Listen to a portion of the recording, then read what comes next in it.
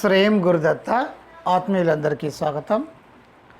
ఆంజనేయ స్వామి గురించి, ఆ వీర హనుమంతుడి గురించి, ఆ పంచముఖ ఆంజనేయ స్వామి గురించి ఎంత చెప్పినా తక్కువే. ఎందుకంటే దుర్గామాత ఉంది, దుర్గాదేవి ఉంది, మహాశక్తి కదా. దుర్గామాత యొక్క సమస్తమైనటువంటి శక్తి ఆంజనేయ స్వామిలో ఉంటుంది. కాళీమాత ఉంది, కాళీమాత యొక్క సమస్తమైనటువంటి శక్తి ఆంజనేయ స్వామిలో ఉంటుంది.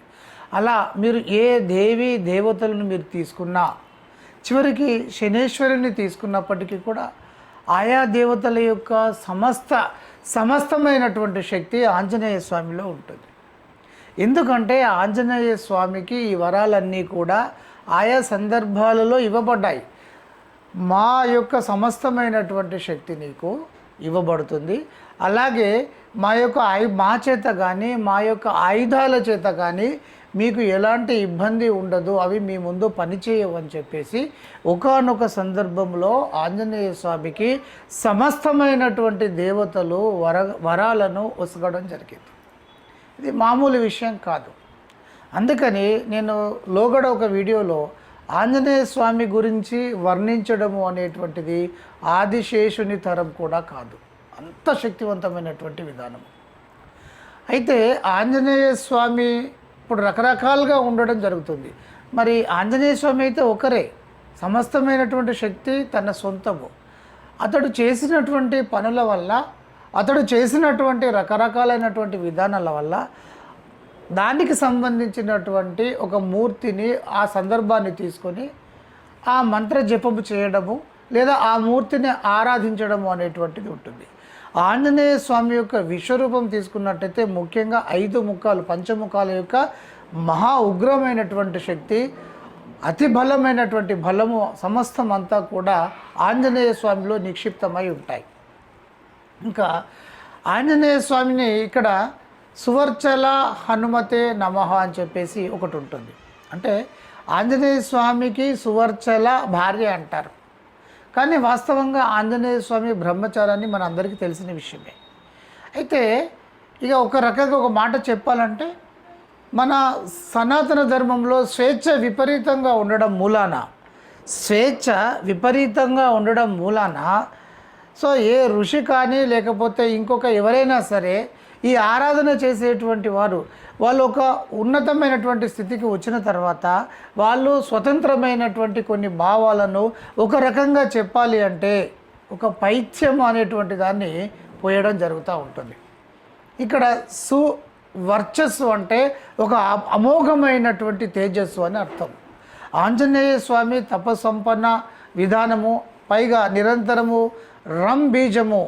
రామ్ అంటే మనందరికీ ఏంటంటే ఆ విష్ణు భగవానుని యొక్క రామతత్వం అని అనుకుంటారు, కానీ అంతర్లీనంగా బీజం ఉంటుంది. అనేటువంటిది ఒక మహోన్నతమైనటువంటి తేజోబీజం. ఇది ఈ తేజోబీజాన్ని ఎవరైతే నిరంతరంగా జపం చేసుకుంటూ వెళ్ళిపోతారో వాళ్ళ యొక్క శక్తి చాలా గొప్పగా ఉంటుంది.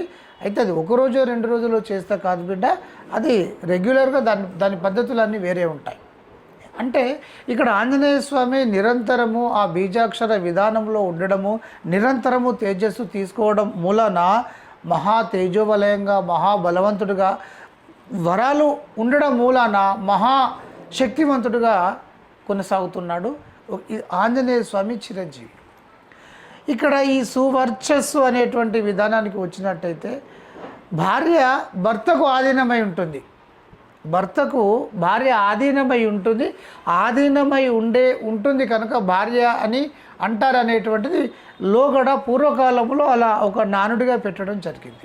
ఆధీనమై ఉంటారు కదా ఒకరికొకరు. సరే, ఇది పక్కన పెట్టినట్టయితే ఆంజనేయ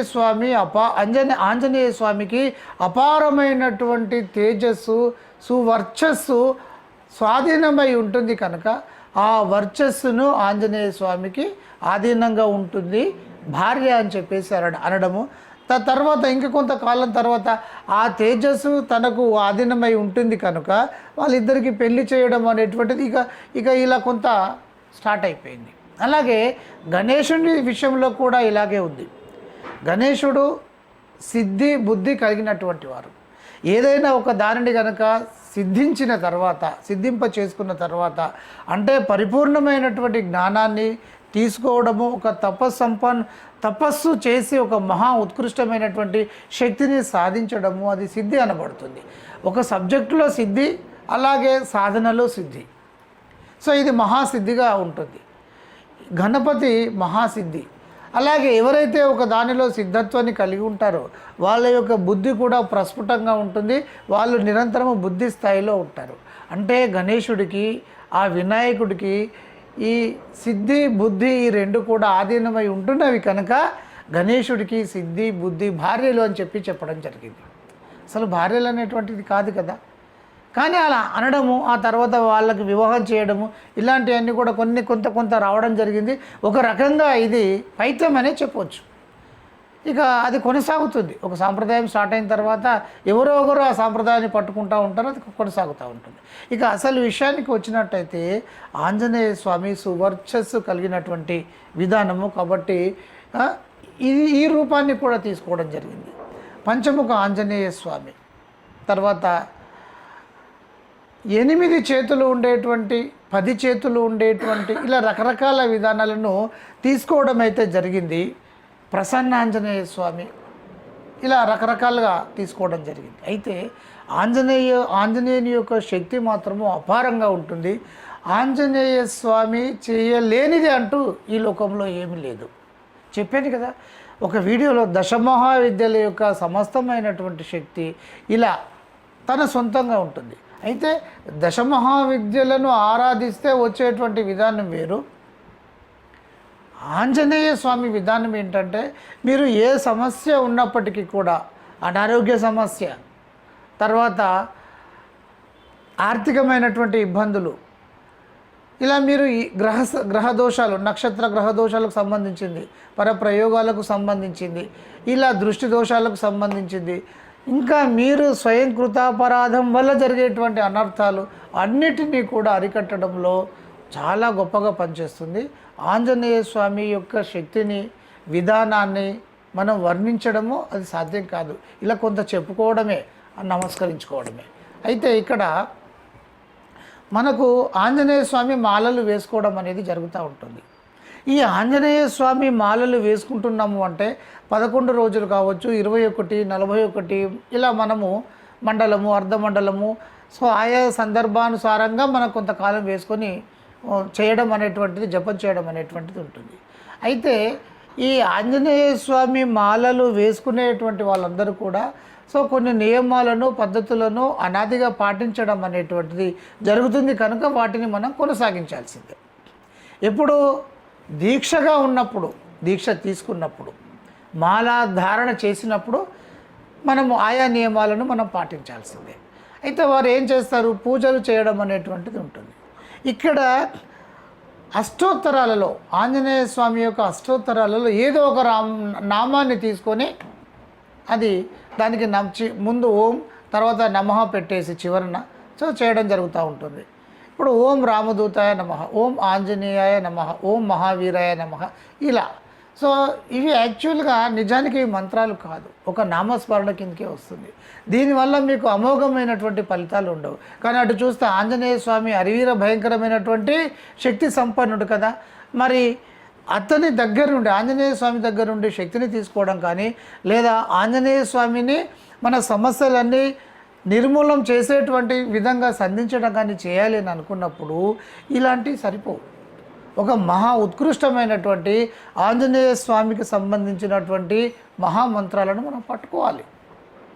అలా చేసినప్పుడు చాలా అద్భుతమైనటువంటి ఫలితాలు ఇస్తాయి.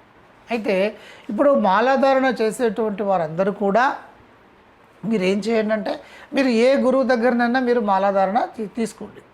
ఆ గురువుగారు ఏ మంత్రం అన్నా ఇవ్వండి. సాధారణంగా ఏమి ఇస్తున్నారు బిడ్డ, ఇంతకుముందు చెప్పాను కదా, అష్టోత్తరాలలో ఒక నామాన్ని ఇచ్చేసి చదువుకోండి అంటున్నారు.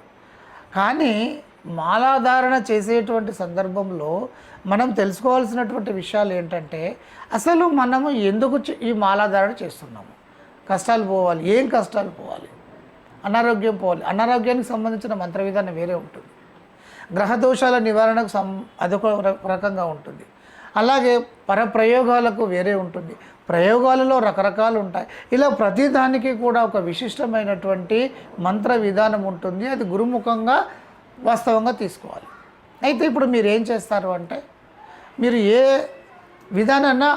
విధానాన్ని అవలంబించినా సరే, ఏ గురుగారి దగ్గర తీసుకొని ఆయా గురుగారులు చెప్పినటువంటి విధానాన్ని మీరు అనుసరించండి. కానీ మీరు ఇప్పుడు నేను చెప్పబోయేటువంటి శక్తివంతమైనటువంటి ఆంజనేయ మంత్రాన్ని మీరు జపించండి. మీరు 11 రోజులు చేస్తారా, 41 రోజు వరకు ఉంటారా, అది మీ ఇష్టము. మీరు జపించి చూడండి, ఎంత అద్భుతమైనటువంటి ఫలితాన్ని పొందుతారో మీకు అనుభవంలోకి రావడం అనేది జరుగుతుంది. ఒక మహా గొప్ప మంత్రాన్ని నేను ఇప్పుడు మీకు ఉపదేశిస్తున్నాను. సో అది గురుదత్త, గురువులకే గురువు. ఇప్పుడు మనం ఏమనుకుంటాము, ఆదిశంకరాచార్యుల వారు గురువు అనుకుంటాం కదా, మహాగురువు అనుకుంటాం. అలాగే రకరకాలుగా మీరు బ్రహ్మంగారిని తీసుకోండి, ఇంకెవరిని తీసుకున్నా సరే గురువులకే గురువు. అఘోర సాంప్రదాయము, నాగసాధువుల సాంప్రదాయము, ప్రతి సాంప్రదాయం కూడా ఆ గురుదత్త నుండే వచ్చింది. అంటే ఇక ఆ గురుదత్త గురించి చెప్పడం కానీ అది అలవి కానటువంటి విషయం.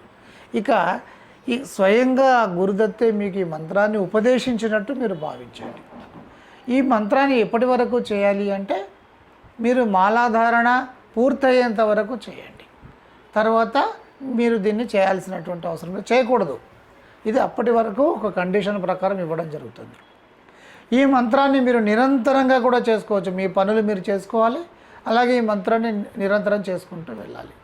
ఆ శక్తివంతమైనటువంటి మంత్రము ఓం హ్రీం వం రం రం హరిమర్కటాయ హూం ఫట్ స్వాహ. హూం ఫట్ స్వాహ. ఓం హ్రీం వం రం రం హరిమర్కటాయ హూం ఫట్ స్వాహ. ఓం హ్రీం వం రం రం హరిమర్కటాయ హూం ఫట్ స్వాహ. ఈ మంత్రాన్ని మీ సమస్యను బట్టి మీరు చేయండి.